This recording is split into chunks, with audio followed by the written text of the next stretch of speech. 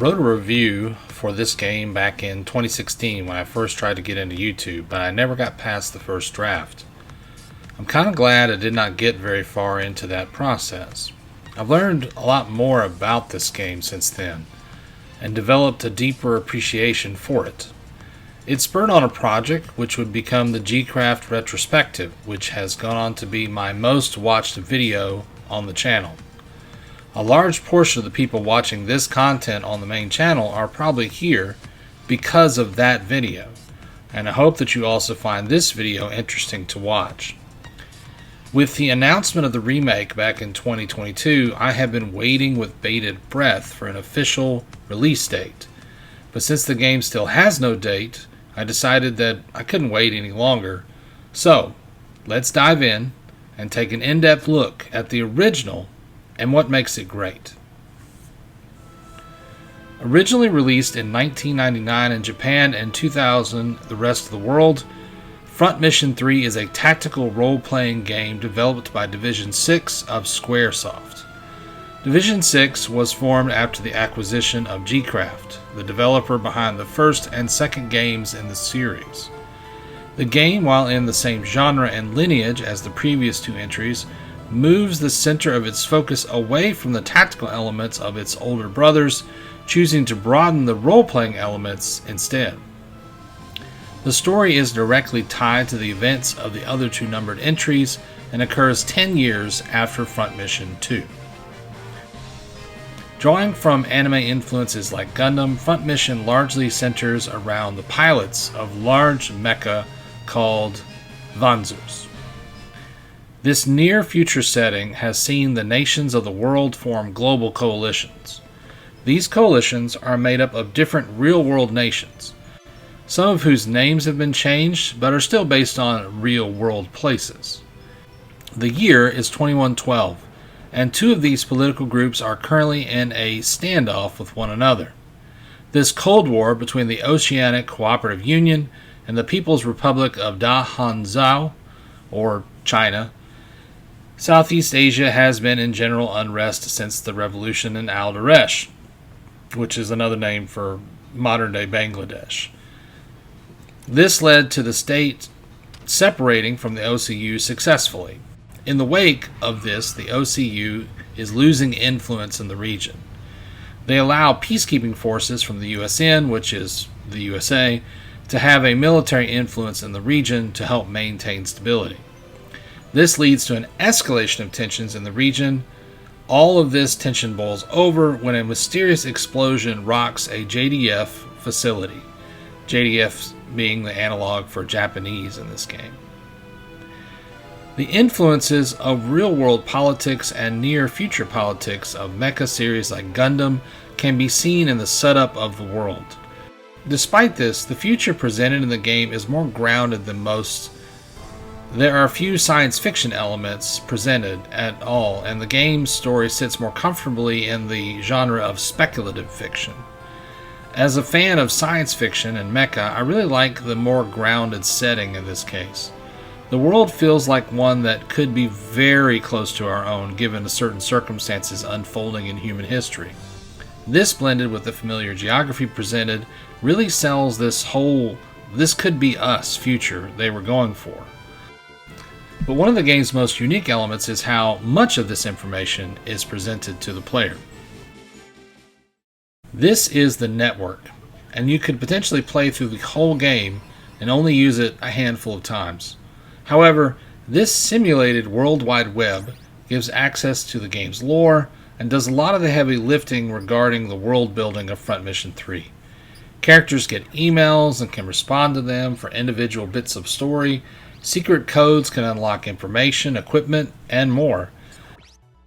This may seem novel by today's standards, especially with how it is presented, but you have to remember that in the year 2000, the internet looked like this.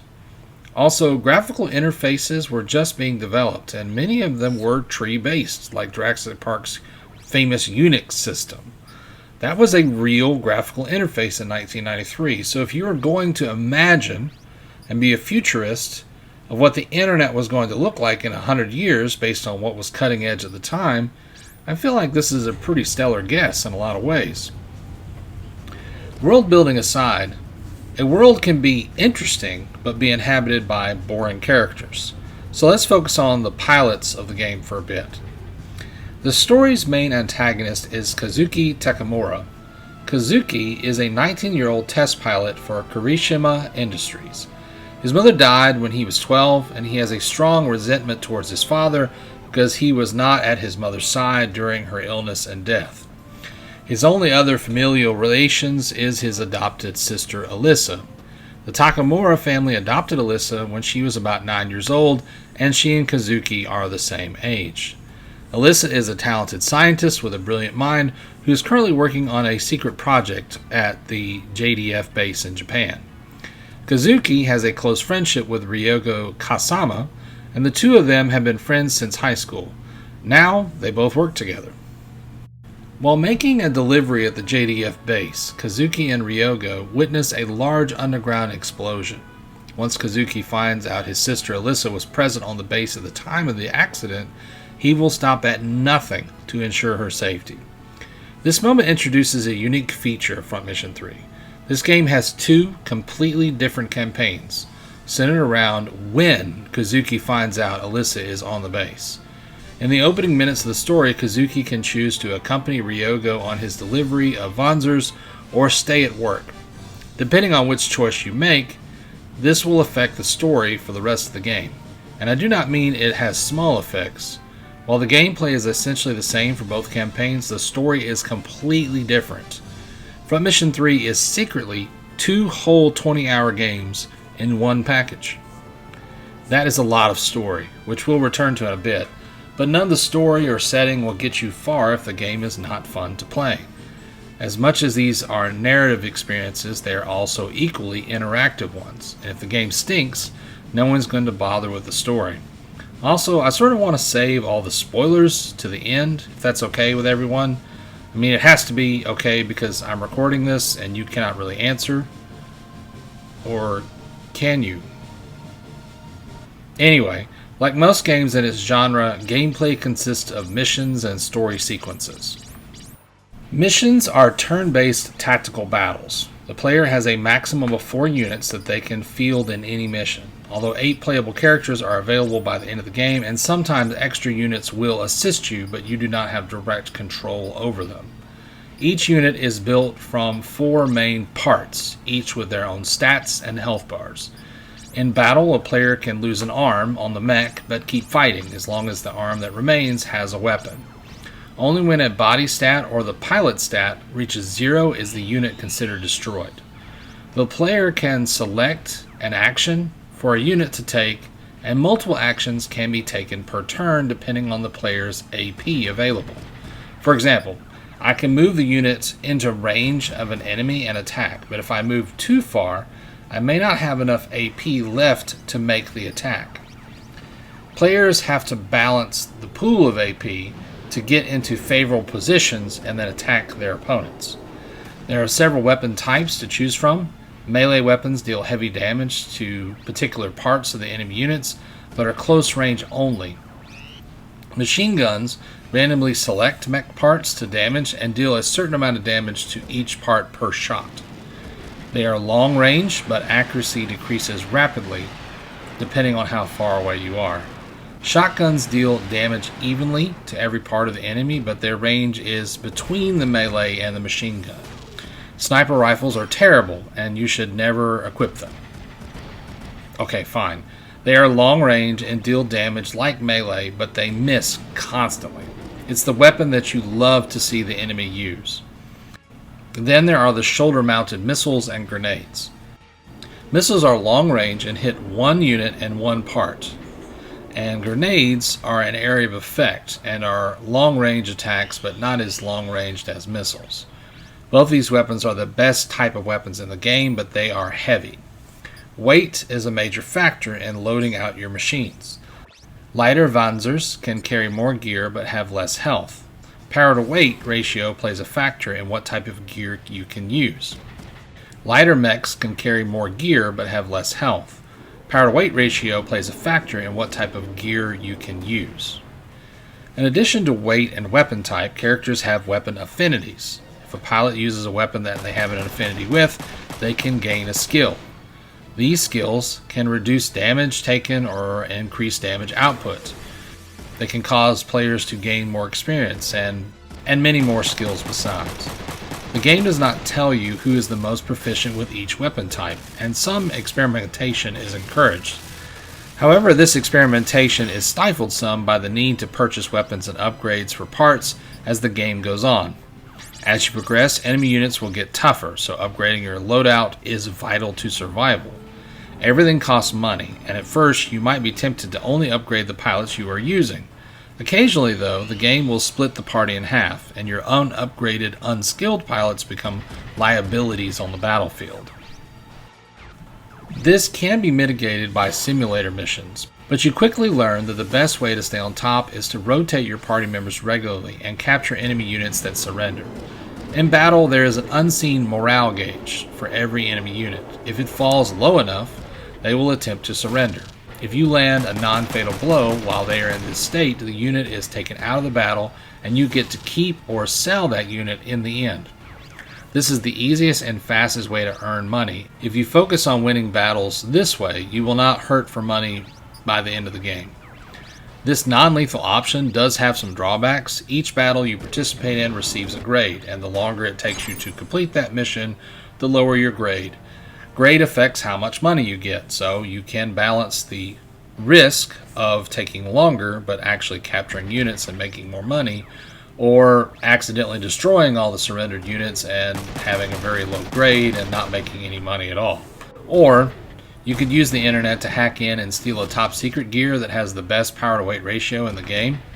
Honestly though, I usually don't bother doing that. The game can be challenging, but for the most part you can make it through the whole game with what it offers you if you have enough experience playing the game. Armor types are another key factor in the battle that you need to take into account. There are 3 armor types in the game associated with different ways weapons deal damage: I, P, and F. You can choose at the beginning of each battle which armor you have to set for the strongest defense, but the game does not tell you which units you are facing ahead of time and what weapons they have. This means that if you put all your eggs in one basket and none of those enemies use that armor, then you're boned. You can watch the mission cutscenes for hints, but me personally, I usually put everything on F for fire and leave it unless I don't see any missile or grenade units in the opening cutscene. Because of their range, missiles and grenades are hard to stay away from. All the other units you can kite around between attacks, but if you have 2 missile units gang up on one of your units and you don't have F coating equipped, they'll be dead very quickly. The enemy will apply the same strategies, so you can focus on the enemy's weaknesses to make them go down more quickly. So that's the battle system. What about the story sequences? This game does a lot more with these sequences than its predecessors. In order to introduce more options for roleplay, the player is occasionally presented with choices to make. The early example of helping out Ryogo is the first one, and as stated, has huge repercussions to the story. But there are more. In one sequence, you're given the choice on how you want to approach an assault, and you can enter a certain facility going the long way or the short way. This choice will determine whether you pick up Jose or Lee. More than this one choice will result in killing Jose as the enemy, or defeating him and then recruiting him. This game is full of these kinds of choices. In one campaign, the Wulong mercenaries will be valuable allies, and in the other, they'll be bitter enemies to the party. One choice that you made will determine who is friend and who is foe, who lives and who dies. These moments are not a huge feature of the game, and other games have done them better since. But as a concept, it adds so much replayability to this game even beyond the 2 separate scenarios. Also, there are more of these choices in Emma's campaign that I noticed than in Alyssa's. That's not a criticism, it's just an observation. In addition to these choices, you will progress the plot and at times need to visit different locations in a town or base to accomplish goals. Every 2 or 3 missions there is a base or town to return to. The base will have rooms to visit to initiate conversations or progress the plot. Leaving the base usually leads to either a bar or a mech shop, and here you can purchase gear or upgrade your parts. The mechs have a lot of customization and upgrade options to choose from. In addition to progressively better gear, computers can be upgraded, abilities equipped, and captured mechs sold. Even the color and name of your mechs can be changed. The story is usually progressed through digital comic-style interactions. You'll be given a list of people to talk to, and eventually you'll talk to the right one. There are some cutscenes in engine which are hilarious with the tiny human models, but for the time period, they look pretty good. Speaking of models, let's talk about the presentation. In story sequences, the use of pre-rendered backgrounds to show the setting combined with character portraits provide context for who is speaking and where the conversation is happening. It's simple but effective, and these backgrounds contain a lot of detail despite the lower resolution. Characters usually have multiple expressions depending on what is happening. They can be stoic, sad, surprised, and angry. They're all here. Sometimes story events will play out in engine, but these are more like cutscenes than actual interactive sequences. There are inherent features of PlayStation graphics on display here, like, as already mentioned, the primitive looking models. The texture warping is very common. Large graphics suffer the most, but honestly, I don't know if I'd count this as a critique. It's part of the aesthetic for me. I usually do not even bother to remove the texture warping with emulators, even if it's an option. It's like seeing an old friend from time to time, remembering simpler days. When in wide angle on the battlefield, the environment is rendered in 3D, and the game sprites of the mechs are in 2-dimension. As soon as the attack is played, the game zooms in and switches the sprites to models. It's just about seamless. Both the sprites and models look great, and the transition looks fantastic. I just love the way the game looks, even with the muted color palette. The colors match the story the game tells about a war-torn world. I cannot find any fault with the presentation considering the hardware and the time period the game was made. You can tell they were pushing the hardware pretty hard, as when there are lots of particle effects on screen or large environments, the game can really chug. I should mention the frequent and long loading times. With the slower read speed of the PS1 CD-ROM, you do spend a lot of time watching loading screens. I'm used to it because I'm old, but it might bother some players. There are options for speeding up the game if you just have to go fast. Options can be easily selected from battle speed and animations that can be skipped entirely. Also, skipping text is really easy. You just hold down the select button and it will cycle through it really fast. While we're on the subject of weaknesses related to this generation of console, the translation is not always up to the task of serving the characters or the story's tension. I'm sure voice acting was never on the table, but considering the more limited presentation of the story, having good voice work could really elevate the experience into something truly memorable. These are all things that could and should be improved upon in the remake if it ever comes out. So now we come to the spoiler-filled portion of the review. If you intend to play the game based on my recommendations, I encourage you not to continue further into this video. The story of this game revolves around the recovery/destruction of Midas. Midas is a nuclear-level weapon that can be used to cause enormous devastation with no risk of nuclear fallout. Developed by Emma as an alternative source of power and weaponized by the USN and then stolen by a military group in Japan, the weapon and the minds that understand it are targets for espionage from every government in the world. Depending on whether you help Ryogo or not, you will side with one of two political factions. Being a bro to Ryogo will pair Kazuki with Emma and ally you with the USN. Being a jerk will pair you with Alyssa and the DHZ or China. The stories are vastly different in some ways and very similar in others. No matter which path you take, you will pursue Midas and either Emma or Alyssa, trying to keep them away from Lukav. Lukav is the game's main antagonist. As previously mentioned, allies in one campaign will be enemies in the other, and the central crux that makes all this work is Kazuki. Kazuki is a standard flat arc protagonist. He represents the ideal paragon in the world of shades of gray he inhabits. He inspires all the characters he spends any time with to be better people. This archetype serves the dual campaign structure well, and while some might find it cliché or uninteresting, like many characters of this archetype, The intrigue is seeing how Kazuki reacts and changes those around him, not how he himself changes. If you want more info on the use of this archetype in video games and storytelling in general, see my character study video on Sora from Kingdom Hearts. I'll link it down in the description. As an antagonist, Lukav does the exact opposite of Kazuki in the story. Everywhere he goes, he causes chaos, and every person he interacts with goes down a darker path, or is destroyed. Kazuki can see the good in anyone because in his mind people are inherently good, but Lukav sees himself as a superior being and all others around him as inherently trash or tools for his destruction. Their dynamic is one of the more interesting in the story because Lukav cannot get over how Kazuki keeps beating him, and he grows more and more deranged as the game progresses. There is a connection between Lukav, Emma, and Alyssa as well, but I won't spoil it in case you want to experience the story for yourself. Of the two campaigns, my preferred from a narrative perspective is Emma's. The characters are just better in her campaign in my opinion. However, Alyssa is a powerhouse character from a gameplay perspective. She can just mow down enemies, and in general makes the game much easier. Both campaigns are worth a playthrough, if for no other reason than to see how the two scenarios play out compared to one another, and to see the two endings the game has. And I think you should play the game, especially if the remake ever comes out and is true to the game's mechanics. I do not want them to change a single thing about the way the game plays, just update the visuals.